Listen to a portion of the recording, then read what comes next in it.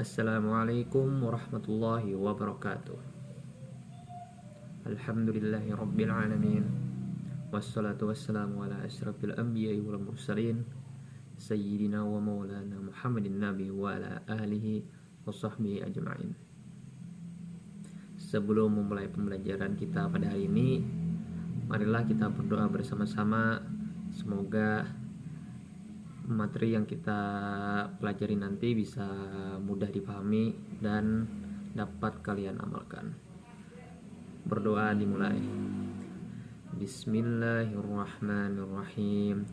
Raditu billahi rabba wa bil islami dina wa bi Muhammadin nabiyya wa rasula. Rabbi zidna ilma warzuqna fahma bi rahmatika ya arhamar rahimin. Amin. Oke, selanjutnya Bapak akan absen terlebih dahulu untuk mengetahui siapa saja yang berhadir pada pembelajaran pada hari ini. Mail, ada Mail? Hadir, Pak. Iya, ada. Agus? Ada, Pak. Oke. Ucuk? Ucuk tidak ada, Pak. Oke, sudah berapa kali dia tidak hadir itu ya. Terakhir Ehsan. Saya hadir, Pak. Iya. Jadi yang tidak hadir cuma Ucok saja ya. Oke. Jadi tujuan pembelajaran kita pada hari ini yaitu setelah kalian mempelajari materi hari ini, diharapkan kalian mampu menjelaskan apa itu pengertian dari wakaf, kemudian menjelaskan hukum wakaf, lalu dapat menyebutkan rukun wakaf, syarat-syarat wakaf, macam-macam wakaf, kemudian dapat menjelaskan perubahan benda wakaf dan mengetahui apa saja hikmah dari wakaf. Oke, selanjutnya kita masuk ke materi pertama, yaitu pengertian wakaf. Jadi wakaf secara bahasa itu adalah menahan.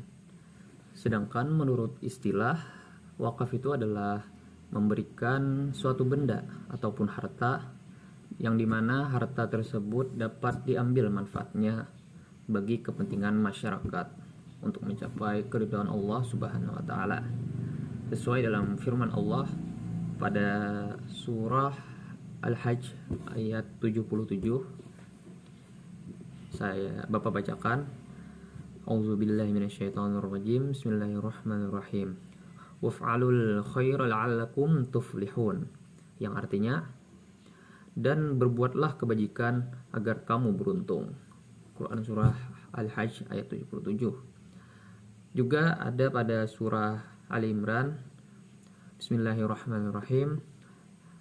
Lan tanalul birra hatta tunfiqu mimma tuhibbun. Artinya, tidak akan tercapai olehmu suatu kebaikan sebelum kamu sanggup membelanjakan sebagian harta yang kamu sayangi. Quran surah Ali Imran ayat 92. Oke, selanjutnya kita masuk ke rukun wakaf. Jadi wakaf itu sendiri juga mempunyai rukun, yang mana kalau salah satu rukun saja tidak ada, maka tidak akan terjadi yang namanya wakaf mewakaf. Jadi harus terpenuhi semua rukun ini. Rukun yang pertama yaitu orang yang memberikan wakaf, atau bisa disebut dengan wakif. Kemudian rukun yang kedua yaitu orang yang menerima wakaf, atau disebut dengan mauquf lahu. Kemudian yang ketiga yaitu barang yang diwakafkan atau mauquf. Dan yang terakhir, rukun yang terakhir yaitu ikrar penyerahan, atau bisa dibilang dengan akad. Sekarang Bapak tanya kepada kalian, kalau memang memperhatikan, coba si Mail coba ulangi lagi pengertian dari wakaf. Apa tadi pengertian wakaf? Wakaf yaitu memberikan suatu benda atau harta yang bisa dimanfaatkan. Oke, masih ingat. Lalu Bapak ingin tanya kepada Ehsan, rukun-rukun wakaf. Apa saja rukun-rukun wakaf? Orang yang berwakaf, orang yang menerima wakaf, barang yang diwakafkan, dan akad. Oke, alhamdulillah. Berarti semuanya memperhatikan dengan baik pembelajaran yang Bapak sampaikan. Kemudian kita lanjut lagi ke materi selanjutnya, yaitu syarat-syarat wakaf. Ada yang sudah tahu apa saja syarat wakaf? Belum tahu, Pak. Berarti belum membaca bukunya nih di rumah. Ayo baca lagi sering-sering ya, buku pelajarannya dibuka. Oke, Bapak jelaskan. Syarat yang pertama yaitu orang yang memberikan wakaf itu berhak atas perbuatannya dan atas dasar kehendaknya sendiri. Jadi bukan paksaan dari orang lain, memang kehendaknya sendiri, niatnya sendiri yang ingin berwakaf. Yang kedua, orang yang menerima wakaf itu harus jelas, baik suatu organisasi ataupun perseorangan. Jadi seluk-beluk dari yang diwakafkan itu harus jelas. Jangan berwakaf dengan misalnya organisasi-organisasi yang tidak jelas ataupun ilegal atau sebagainya, yang mana ditakutkan harta yang kita wakafkan itu mungkin bisa disalahgunakannya, apalagi sampai digunakannya untuk berbuat maksiat, nauzubillah. Jadi kita harus benar-benar tahu penerima wakaf itu harus jelas lah. Contohnya saja seperti kita berwakaf ke masjid ataupun langgar, atau juga ke panti asuhan. Nah, itu kan sudah jelas kita datang ke sana memang ada objek yang memang tujuan kita untuk berwakaf. Seperti contohnya tadi masjid, memang kita berwakaf ke sana agar harta kita bisa digunakan untuk kepentingan-kepentingan yang ada di masjid, seperti renovasi ataupun acara-acara keagamaan di masjid ataupun hal yang lainnya. Jadi kita sudah mengetahui lah harta kita ini digunakan untuk apa saja nantinya, paling tidak seperti itu.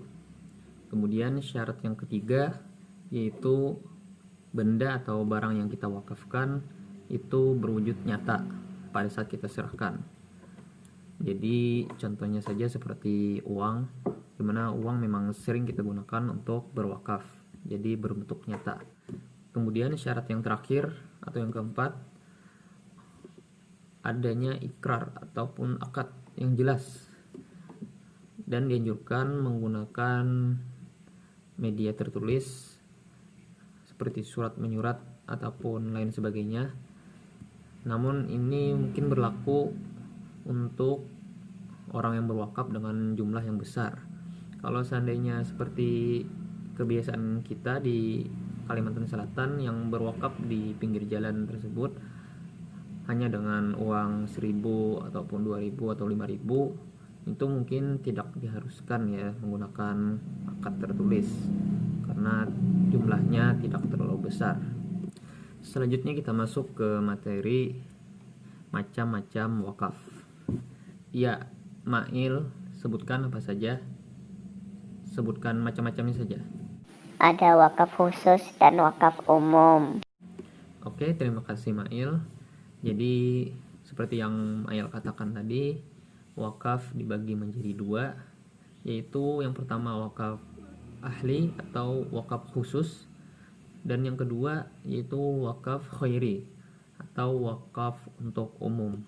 Wakaf ahli itu sendiri yaitu wakaf yang diberikan kepada orang-orang tertentu, baik itu seorang saja ataupun lebih dari satu orang, dan bisa dari kalangan keluarga atau ada ikatan keluarga ataupun tidak ada ikatan keluarga.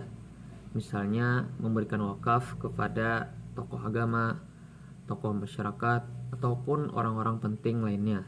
Kemudian wakaf khairi, di mana wakaf ini diberikan untuk kepentingan umum, misalnya untuk pembangunan masjid, pondok pesantren, ataupun hal-hal lainnya yang umum atau bisa digunakan untuk masyarakat banyak. Kemudian perubahan benda wakaf.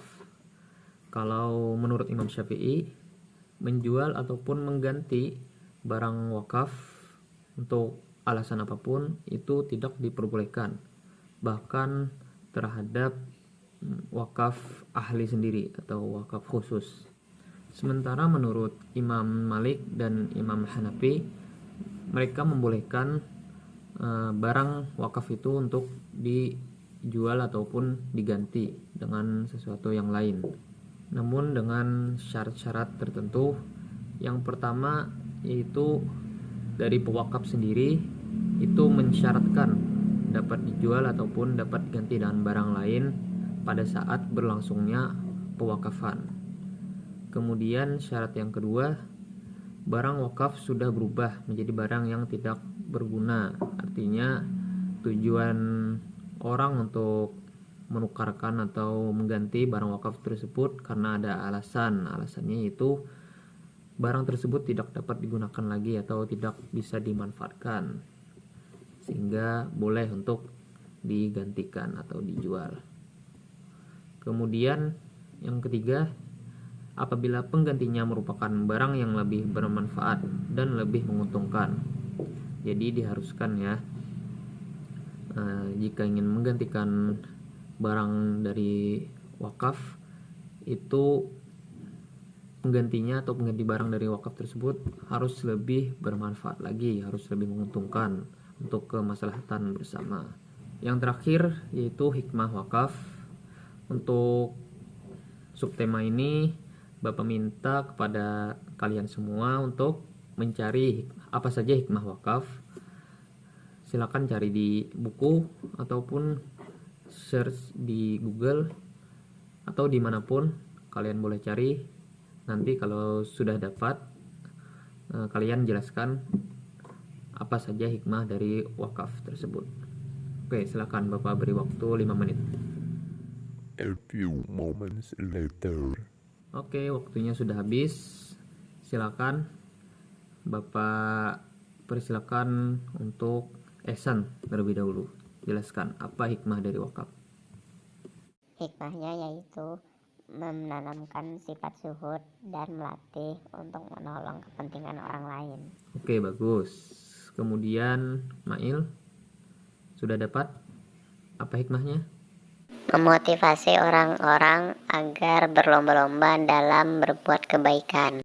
Oke, bagus. Jawabannya bagus semua. Alhamdulillah. Jadi mungkin sampai di situ dulu pertemuan kita pada hari ini. Semoga kalian dapat memahami apa yang Bapak sampaikan.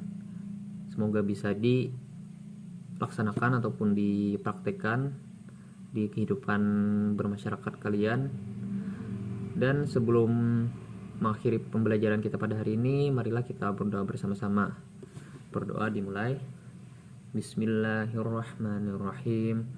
Wal asri innal insana lafi khusr illa allazina amanu wa amilus salihati wa tawasaw bil haqq wa tawasaw bis sabr.